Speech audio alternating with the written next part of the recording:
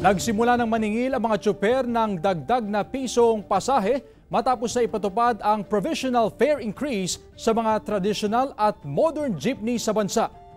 Para ihatid ang detalye, may live report si Russell Simorio. Russell?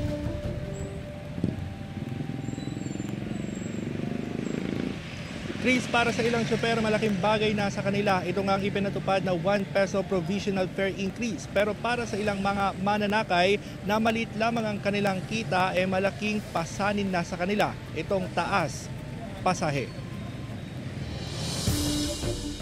Ganado sa pamamasada ang jeepney driver na si Philip mula Mabalacat City, Pampanga.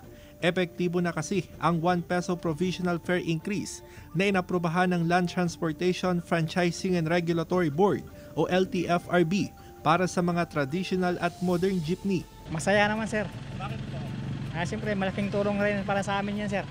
Kahit kasi ngayon, yung gas, medyo tumaas rin konti. Kaya salamat rin kami sa LTFRB. Magkakaiba naman ang reaksyon dito ng mga mananakay.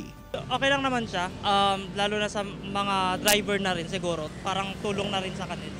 Hindi naman masyadong ganun kabigat ang pisong dagdag. Dapat po dahan-dahan yung pagtaas ng mga bilihin at saka pamasahe. Kasi tumataas din po si mga bilihin.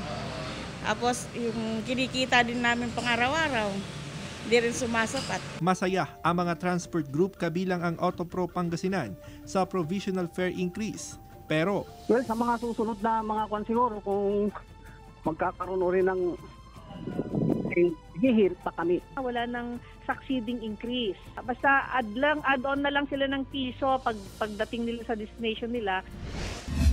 Samantala, epektibo bukas ang big time rollback sa presyo ng produktong petrolyo. Mahigit 3 piso ang inaasahang tapyas sa kada litro ng gasolina. Halos 3 piso ang bawas presyo sa diesel, habang 2 piso ang rollback sa kerosene. Chris, alinsunod sa LTFRB, nasa 13 pesos na ang minimum na pasahe sa mga traditional jeepney, habang 15 pesos naman ang minimum na pasahe sa mga modern jeepney. Hindi na raw kinakailangan na kumuha pa ng fare matrix para nga ipatupad ito nga ang taas pasahe sa mga modern at traditional jeepney. Yan muna latest. Balik sa iyo, please. Maraming salamat, Russell Simorio.